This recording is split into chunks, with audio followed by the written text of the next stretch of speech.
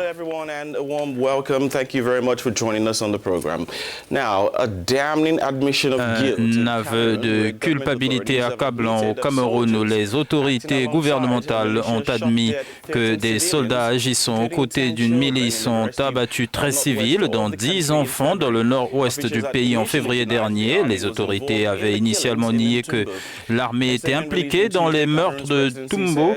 Dans un communiqué publié mardi, la présidence camerounaise a déclaré que 3 soldats ainsi que des membres d'un groupe d'autodéfense avaient pris d'assaut une base rebelle séparatiste, tuant 5 personnes, avant de découvrir que les 3 femmes et 10 enfants ont été tués lors de la fusillade. La présidence a laissé entendre que ces morts étaient accidentelles, mais que les soldats avaient tenté de les dissimuler.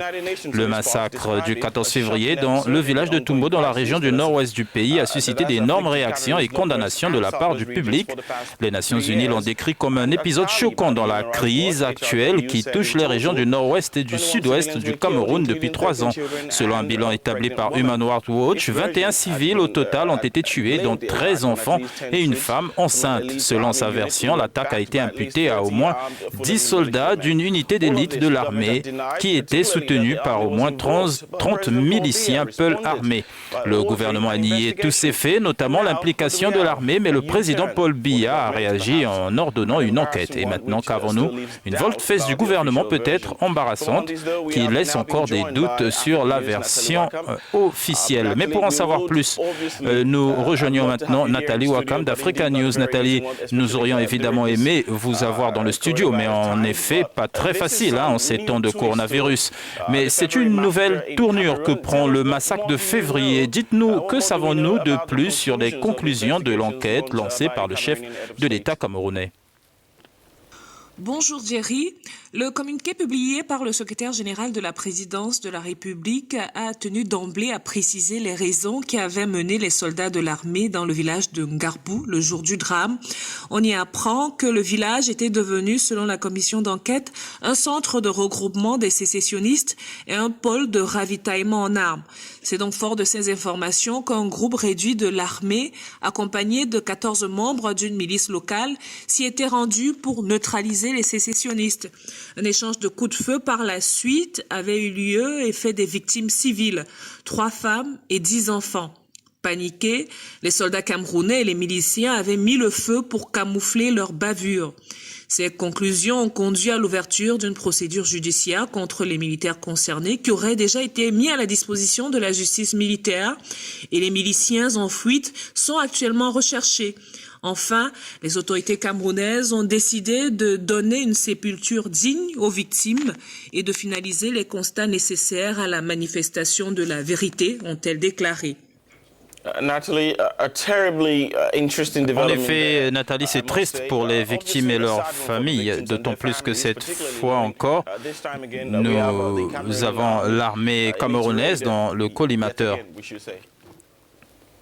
Effectivement, Jerry, il n'est pas inutile de préciser que chaque fois que l'armée a été accusée de bavure ou d'exécution extrajudiciaire, de nombreuses autorités camerounaises sont montées au créneau pour accuser les ONG internationales, locales et même certains médias privés de jeter l'opprobre sur une armée professionnelle.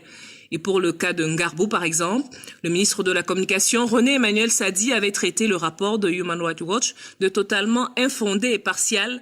Il y a également l'histoire de ces 2 femmes et de leurs enfants tués froidement par des soldats camerounais à bout portant dans l'extrême nord et qui avaient provoqué l'émoi, même s'il y a lieu de reconnaître que les 7 soldats avaient par la suite été traduits en justice.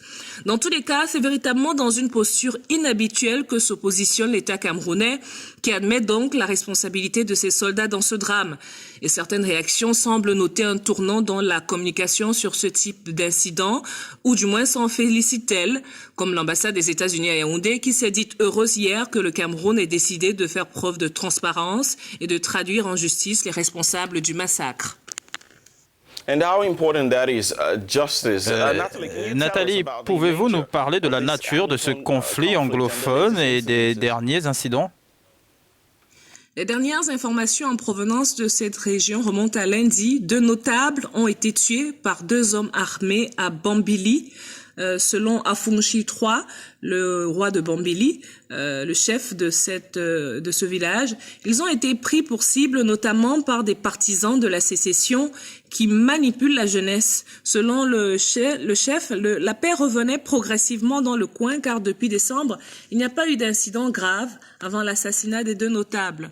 La crise, selon les ONG, a fait plus de 3000 morts et 700 000 autres ont dû fuir leur lieu de vie depuis le début du conflit en 2017.